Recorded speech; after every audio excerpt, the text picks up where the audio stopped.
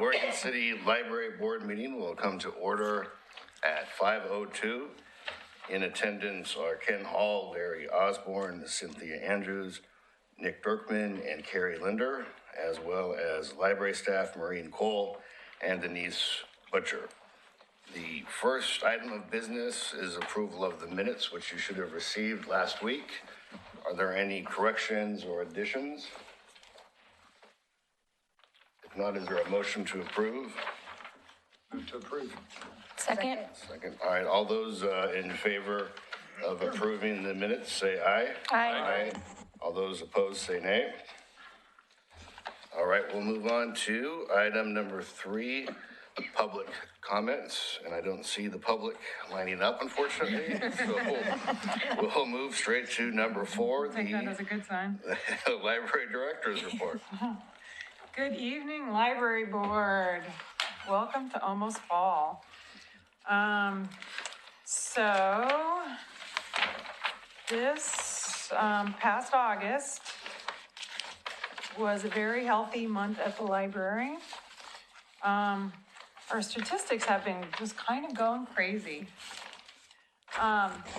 In August, we again reached over 41,000 in our door count, which means that every month this summer was over 41,000 for the first time ever. You may remember July was almost 44,000, so that's crazy. And you know, I had to pay off a lot of people to run in and out of those doors. Just kidding. Anyway, so circulation is looking really good too. It's over like 50,000 or something. It's just really, everything looks really healthy there. And summer reading ended last day of August. The last 2 weeks of August, we were on a hiatus of children's programming. And all of this allows the staff to kind of take a deep breath and get some, you know, energy behind them for the coming fall and look over the summer reading statistics, which, you know, since we're not really going to look at that, Scott, I'm jumping the program or the agenda here, but since we're not really going to look at that presentation that Barrett sent, I mean, you got the full rundown of how everything is going, and it's growing by leaps and bounds. I mean, over the last 3 years, she's made such a huge difference in that children's program for the summer. And with she and Sabrina take turns going up to the schools at the very end of the year to tell kids about it. We have got such great attendance at the summer concerts outside on Wednesdays. So it's just going great. And the summer reading program for adults is going really, really good too. And we had 127 more adults sign up this year than last year. And as I was telling the Friends of the Library board earlier, one of the really great things about the adult summer reading program this year is that it was designed so that it was a little more inclusive. So we realized at some point, as I told you about, that we really were not designing things with adults with disabilities, particularly adults with intellectual disabilities. So Gina and Jen really worked on that this year to make it inclusive for everybody and have options for everybody. And what was really heartwarming and rewarding for us is that an adult with disabilities did win one of the major prizes, and she was absolutely thrilled to death. Was it the spa one that she chose? I think so. Mm-hmm.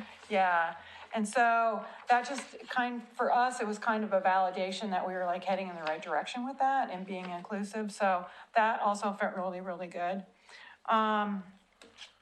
We did change up one of the toddler times so that now the 3 days of the week that we have children's programs, they're all the same time, 10:15 and 11:30. Those, so parents and caregivers can count on those times. And then also we've done a lot to place our 15-hour-a-week new assignments with their departments. So we've got circulation, adult services, youth services, and tech services placed. And then we are still considering like what we want to do. We still have the hours set aside for Denise and I to share somebody particularly she needs help. So I think that people have started like just maybe one full week of doing that stuff, 2 full weeks. A couple of them, Yeah. or 2 or 3. Yeah, the ones that like got out ahead of this and started first on the interviews. So I think that's gonna turn out to be like really, really supportive of those individual departments. And then it also creates just a little bit of a cushion so that the next director can like kind of take everything we're doing and maybe put some actual full-time jobs together with it. You know, maybe they want to turn a whole bunch of this on-call stuff into more, between the 20 to 48 hour a week position, who knows? But I think there's a little bit of wiggle room in there to do that, if that's how they want to. This gives us a lot of flexibility, but they can figure it out better, more power to them, and there might be ways to do it, so. Library of Things is coming, it launches next week, right, Denise? It does, on Tuesday. Very, very exciting, yes. So it will, just come out like about 25 items at once? Yeah, 25 to 30 on Wednesday, and then on Thursday, and then on Friday. Okay. We have 117 items total. Yep. So right now, we're still getting the record set up. They each have to have pictures and instruction manuals online, like in their catalog record, if they include instruction manuals. So what kind of things? So we have a lot of cooking pans. So I was just looking at the list.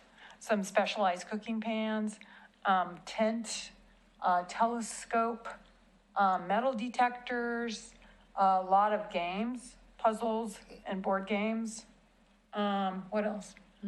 Like household things like a stud finder and, little tools like that. Oh gosh, we've been staring at this stuff for so long now, it's hard to remember. Yeah. So just quite a variety, and we'll be adding to that because we still have only spent about half of the grant that we Yep. received from the Department of Sustainability up at the county. So that's who's kind of helping fund this initial part of it. We got a grant for over $9,000. And it's kind of set up so that we buy something and then we get reimbursed for it, right? Yep. And it is done through the Link office, right? Yes. Yeah. So there's that good accountability stuff going on because we're pretty much treating it like a grant, so, yeah. It's gonna be So great. how are they listed? Are they just listed in the catalog? How do you search for what you have? So you can search for Library of Things, but also when it goes live off of the Link webpage, there will be a link that says Library of Things, and then it will take you to a separate page, and it'll be broken down into the categories like kitchenware, games, etc. And then you click on which category you want, and then all of the items that all of the Clackamas County libraries have will be listed. So it should be pretty easy to find stuff. How long is the checkout time? 7 days. 7 days? It's gonna be really interesting to see how it gets used. Right now, you can't place holds on things. So it's kind of, and it would be tricky to like, let's say you have a birthday party coming up and you want to use the karaoke machine for your birthday party, but your birthday party is a specific weekend. So like arranging to have it when you need it is still gonna be kind of tricky to do through the library. But, it hopefully will work out for enough people that it will be valuable. Yeah. We could have a karaoke party, you guys. So you do have a karaoke machine. Yes, we do. Yeah. Well, I'm just saying, Christmas is coming, The job announcement should be posted no later than the 23rd. We're still working on that just a little bit. Thank you for your input on that. And we will do a national thing through ALA, American Library Association, so that's good too. As you know, I leave next Wednesday, late at night, taking the red eye to New York City for our son's wedding. So I'll be gone for over a week. Denise will be in charge while I'm gone. Probably runs more smoothly without me. Just want to let you know that Anne is still working on the door of the community room, but progress has been made.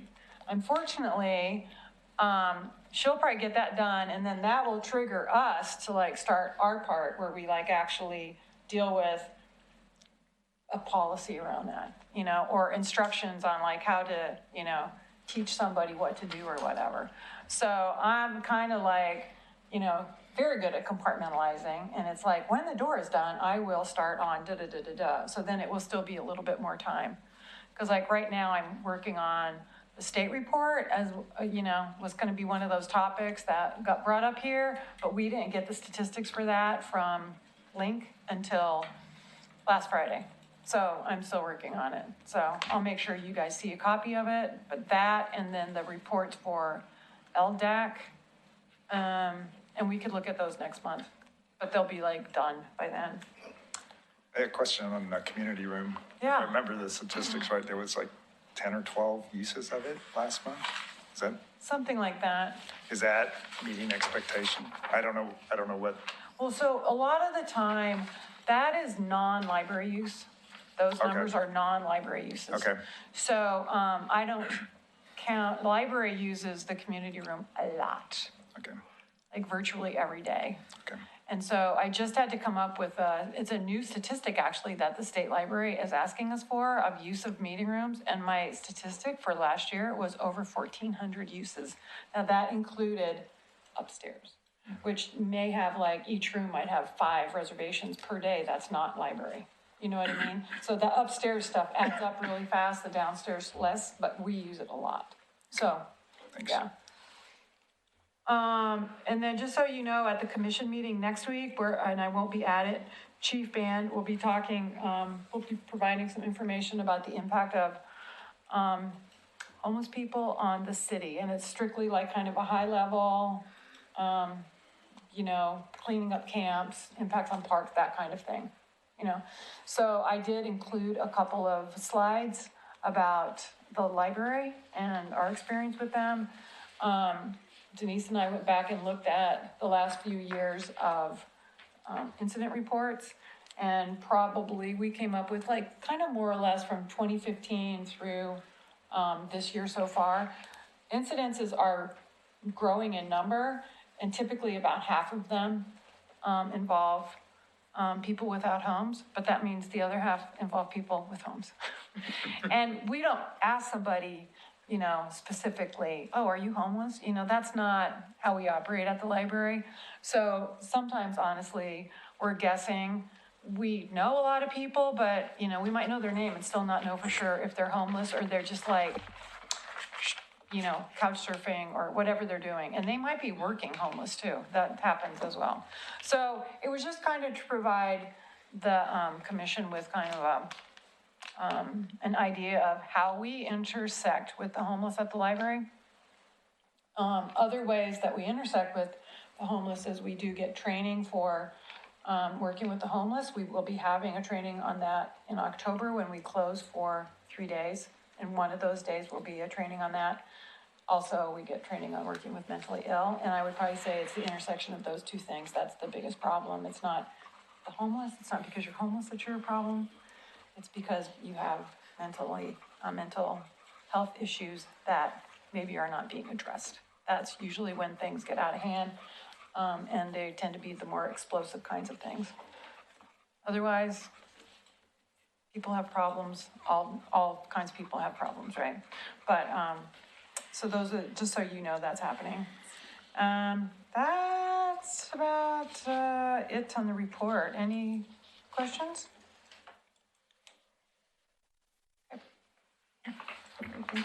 Want to move on then to item 6, Sure. the Link Final Strategic Plan. Yeah, now, maybe I'm making this up, but I showed you this before, right? Okay, thank God. So I wanted to let you know that, here's my copy of it.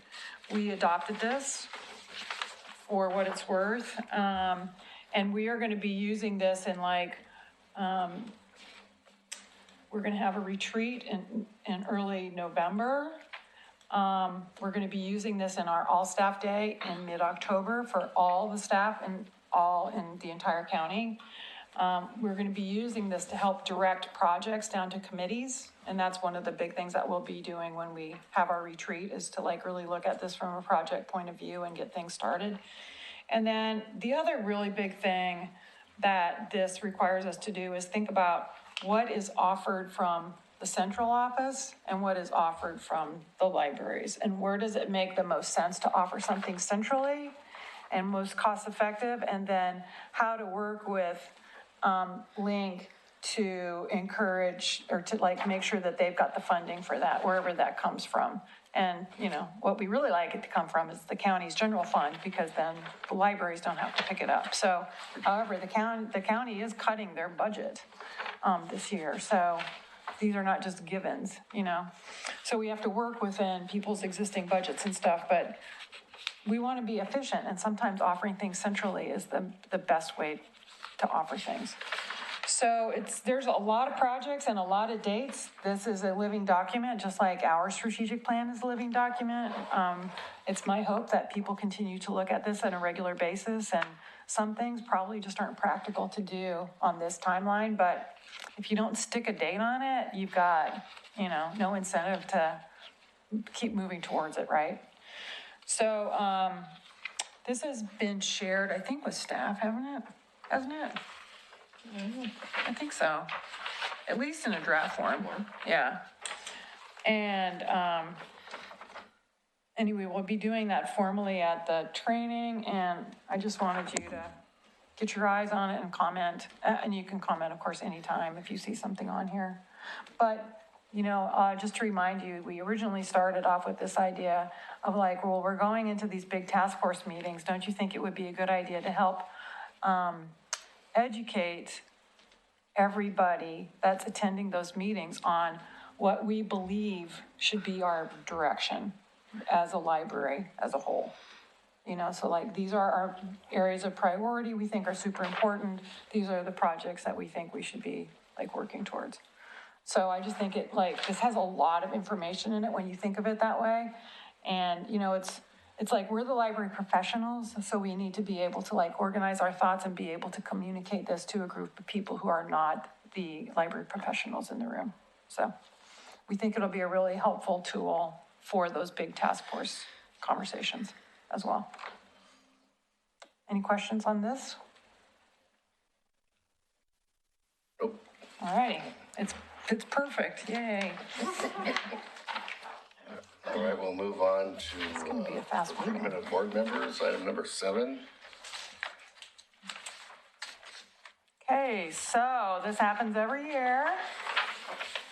We have to think about people who are rotating off the board or wanting to stay on the board. As you know, Cynthia, by the time she got on the board, she had like 8 months or something of a term, because it was like 3+ years into DA's term. And he was on for 2, and then he dropped off. 2, 1, whatever, then he dropped off. So I have written to her and Scott, gotten no answers, and that's okay. You don't have to talk about it tonight if you don't want to. Oh, I've turned in An application, perfect, yeah. okay, I didn't know.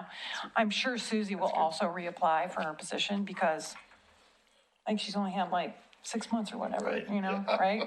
Unless she really doesn't like it, which would be a bad sign.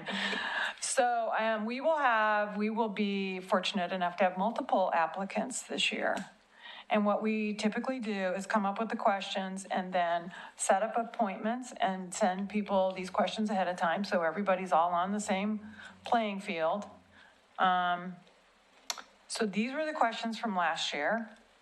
And what we usually do is just kind of go through them and say, how should these change for next year? What's different? And to be honest, I have not even looked at these at all. I was just like looking at Claudia's, the assistant city recorder's timeline, and she's like, oh, you should be interviewing in October or something. I'm like, whoa, we like sometimes don't even interview till December. But, the sooner we get our act together, the sooner we can do something, or that at least gives options to the people that want to apply.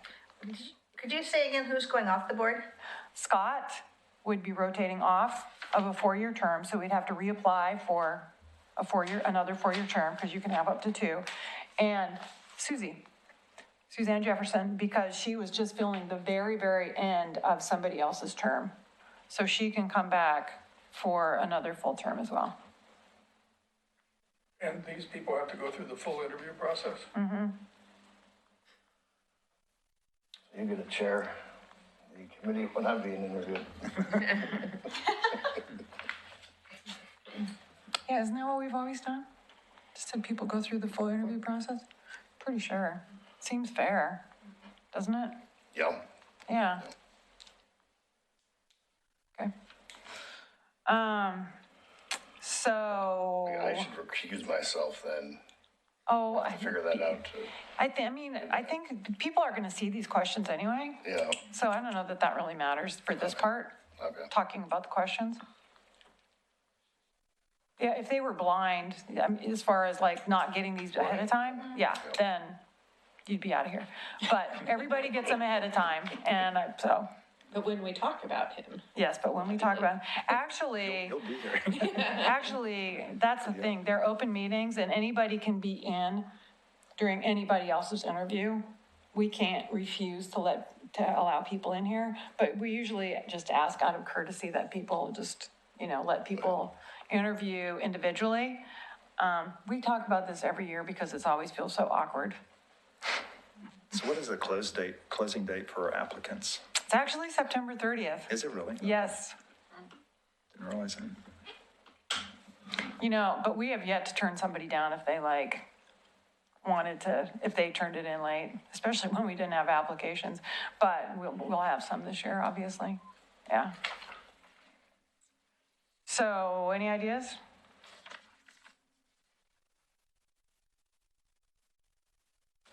Looked fine to me. Okay. Yeah, I'm fine with them. I mean, yeah.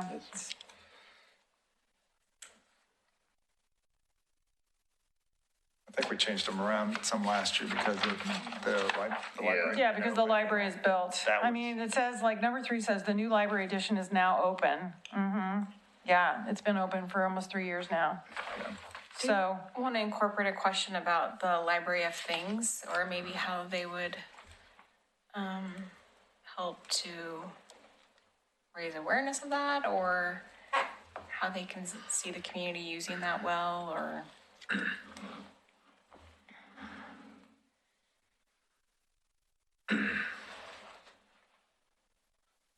So we asked them what library collection they particularly like to use. you could just tag that right on there. You could say, are there any special areas of the library collection? How would you raise awareness for that collection, or really of anything in the library in some respects?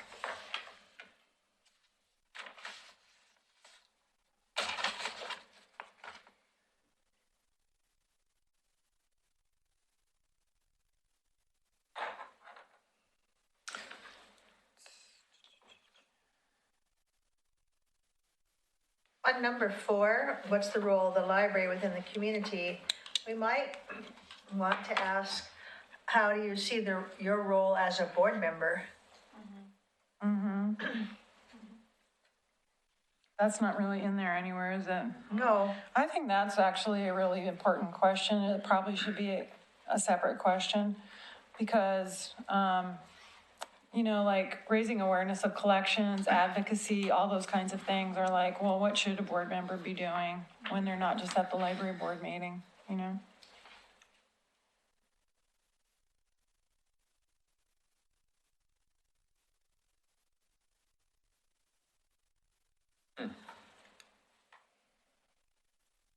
All right, well, why don't I massage those a little bit, send them back out to you, and,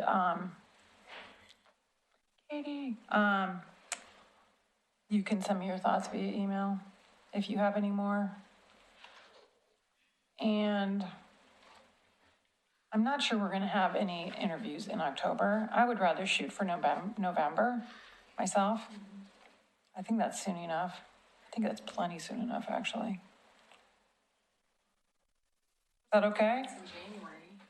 Yeah. Depends on who applies. I'm just kidding. I mean, we can make it easy, is what I'm saying, if everything falls in place. How's that? Seriously, we could get it behind us. Well, yes, we could get it behind us, yeah.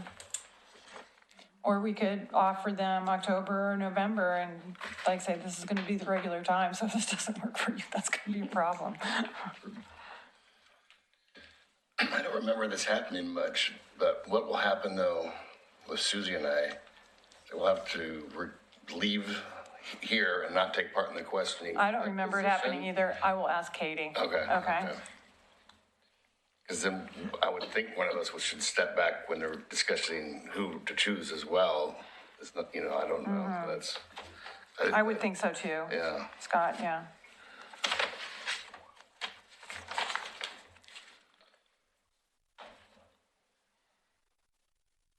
All right, we'll move on to item 8, discussion about LDAC alternate. So, Nick and I were thinking, some of the other libraries have appointed a backup person in case Nick could not attend one of the LDAC meetings. And we were thinking that might be a good assignment to make in case it happens. You want to say anything else, Nick? I mean, it's just that it does take some time to really understand how the library district works, and we'll be, you know, in the task force, but we still have, the LDAC will still be functioning also. So I think it would be really helpful for somebody to understand how it's set up now, and then as it moves forward, what those changes are, and and possibly be involved in the task force, not knowing exactly how that's going to work out. But I think I just think it'd be helpful, and I'm not guaranteeing I'm going to be here for the whole time, so you never know. And it definitely took me some time to really get my arms around it. And again, part of it is also with you leaving, and we're losing a huge knowledge base about how that works, and your role is, I think we're going to have to be more attentive to what's going on in LDAC to some extent. I've been giving that some thought too. It's not like I'm running out of town immediately, so I probably could continue to help if we could decide what is appropriate. Do you know what I'm saying? Yes. We'd all have to agree that was like the right thing to do. But anyway, that's not what we're talking about tonight. Talking about tonight is the potential of naming an alternate to LDAC, so that if Nick couldn't go or something, we'd still have somebody to send, or potentially participate in the big task force conversations. Anybody have a special yen to be involved in this fascinating aspect of our library world?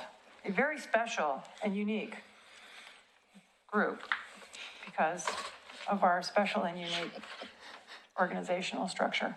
Not commenting on that specific part. Okay. But in general, wouldn't the alternate, in order to be effective, almost have to also attend all the meetings on which he was not the original or the main representative? Probably, I think that's a good point. Probably so, and I don't know about the alternates that are from other libraries. I think some of them attend. I mean, I think it varies from library to libraries. I don't think the alternate necessarily attends every meeting. But if I knew if one of you were involved, and if you're not at the meeting, I could definitely talk with you and get you up to speed on what happened at that meeting. I was just thinking in light of your comments about taking some time to get up to speed, that if the person hadn't had the background, having a person attend it would be less effective. So, and the other thing I would say is that the meetings are less frequent. Like, they're not monthly by any stretch of the imagination, not the LDAC meetings anyway. The task force, who knows what's going to happen with that. But LDAC is like once every 3 months. But they tend to be a lot harder meetings than, like, for instance, sitting through a foundation or a Friends meeting. You know what I mean? It's not always a friendly crowd. It can get contentious. Yeah, exactly. You know, I would be interested in doing that. It comes closer to my area of expertise than other areas too. I think you'd be good at it, Larry. I think you'd be great. I just volunteered for something. Yeah, you did. Thank you. You did, and it's really not that frequent. Okay, so, I mean, and it is very interesting to learn about it and also to know that, you know, we're in a sense, we're an advisory committee to the county commissioners.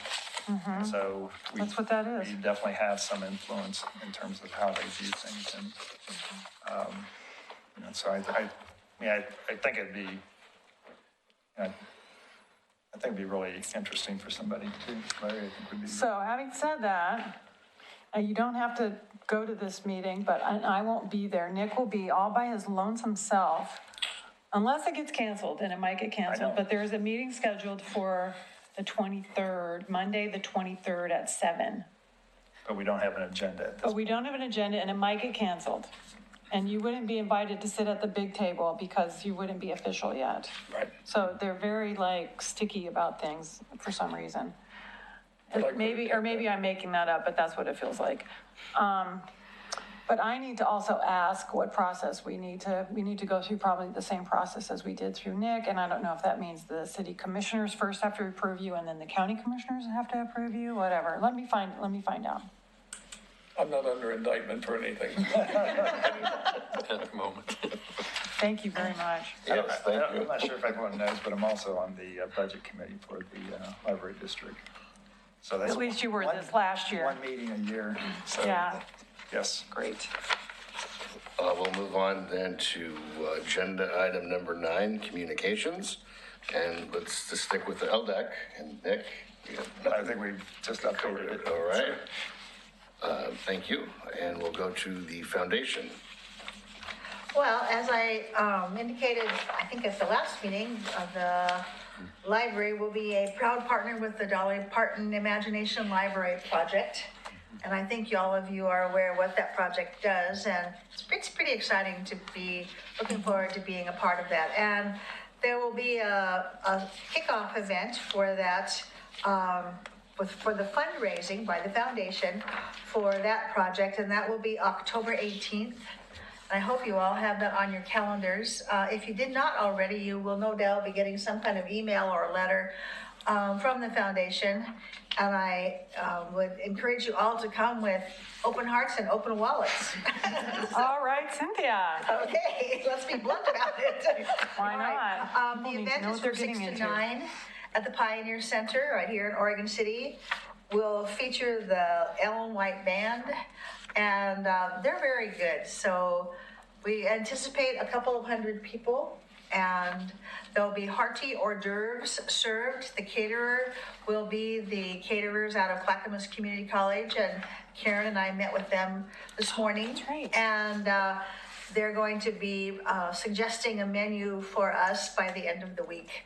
So the printed materials are in process. We have a designer that has worked with us on that, and so things are moving right along. And there's quite a bit of energy around that, and people are very supportive as we've talked it up around the community, and I'm sure you'll be hearing more in your various roles about this. All right, thank you, Cynthia. Let's go to Ken with the report on Friends of the Library. Friends of the Library seem to be doing quite well. They've got more money than to donate to good causes. And a woman called Barrett, I don't know her. Barrett Miller, our youth services librarian. Okay, She's the one who prepared that big report that you right. sent, yeah. Anyway, she was asking for some funds for the transportation of first graders who families cannot afford the $5 to transport them to the library for the library visits. And she she did a very good, thorough job of figuring out how much she might need. And this is not to pay for every kid, it's to pay for kids who families probably could not afford it. And they promised up to $1,000, and I think if Barrett asked for a little more, they give it to her. They would give her anything, I think. And also, she They're so good. asks for funds for the summer reading program for next year. And she did a good job of showing what other people will probably be donating and to help out this things and all the costs. And the friends committed themselves to $2,500, and if it comes up higher, I'm sure they'd give it to them. Mm-hmm. So they have done quite well recently. The 2 months without paying rent that they had did them quite well, because it would be gave them $6,000 that they didn't have to spend. So I think they're doing a great job and a great service for the community. Mm-hmm. I think that the new location is working out really well for them. Oh, it is. Yeah, really well. I think they're very comfortable in there. It's more visibility, et cetera, more manageable overall, and more money, I think. Just a little bit, enough more that it's adding up. And then just to give you a little context on the Barrett's request for the schools, she invites all first graders to come to the library with their school groups. So with their school classes. So she gets in touch with the first grade teachers. And one of the teachers said to her, "We actually don't have a budget for transportation at our school. Is there anything that you know about that could help with this?" And Barrett's like, "Well, we don't have a pot of money sitting around for that, but let me ask." So I steered her towards the Friends, because I thought they would really like to be able to help get first graders into the library, because it's a very strategic visit. You know, it's early in their school career. It gets them really excited about what the library offers, et cetera. So Barrett figured out along the lines of how many kids were doing the reduced school lunch, and kind of that way figured out like how much each of those schools could use, depending on the percentage of those children at that school and the numbers of first graders. So she kind of added that up all the way across the school district and came up with this like $1,000 figure. Not every school will ask for it, but what she can do is let them know that we have bus scholarship money available up to a certain amount for each like class.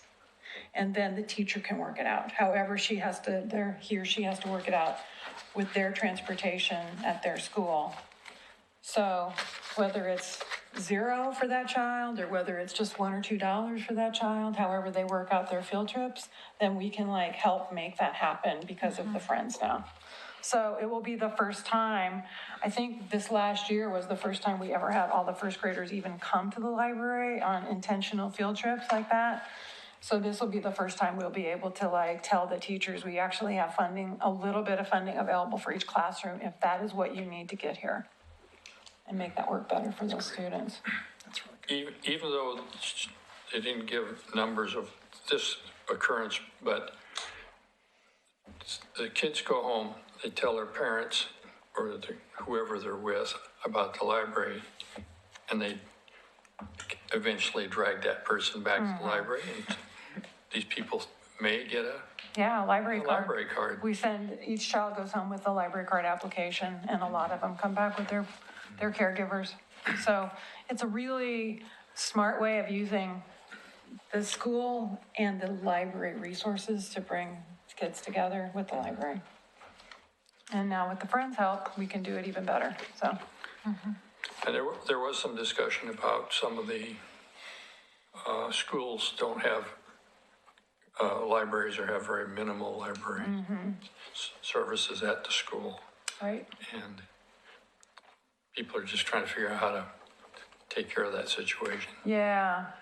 So Barrett got in touch last year with the district librarian, who used to be the high school librarian. Now he's kind of wearing two hats, although he has more help at the library now because he's high school and district librarian. But he has been really great as far as wanting to be involved with the public library. And so they have every other month meetings of all the instructional aides who run the libraries, all at the elementary schools, at all the schools actually. They come to our library for the meeting, so Barrett or Sabrina can sit in on those meetings and talk with them about how the library can help and how we can best work together. And then at these meetings, Barrett hears about how like these poor instructional aides are doing like 10 different things. In addition to running the libraries, they may not have book budgets, et cetera. So because of that, and the Friends getting all these donations all the time, we're trying to figure out how we can put them together to maybe give free books to the school through the Friends, you know?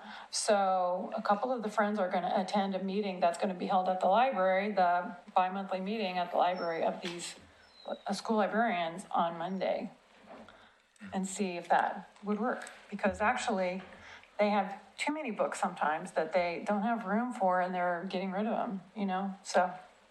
A great deal of excess Yep, children's books. yep, for some reason, yeah. All right, thank you, Ken. Next item is future agenda items. I have a question. Yeah. What's going on between Canby and Oregon City as far as, Well, maybe you should ask that. So they continue to want to push the idea of discussing the service area boundary ahead of the big task force meetings.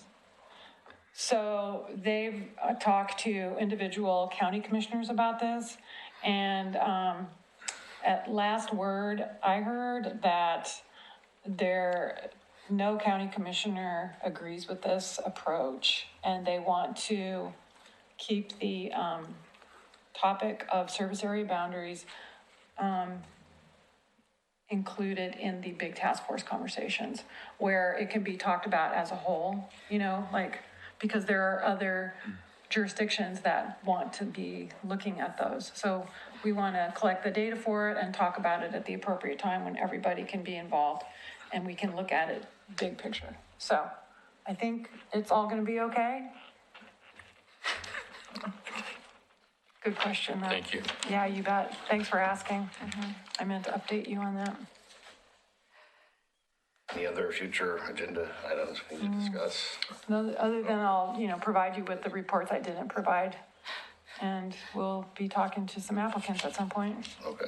I'd kind of like to know the outcome of the discussion about security that's happening at the city level, with the chief band and. Oh, the homeless?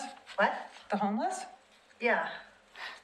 I'd just kind of like to know how that discussion is generally went and Okay. what the impact on the library might be.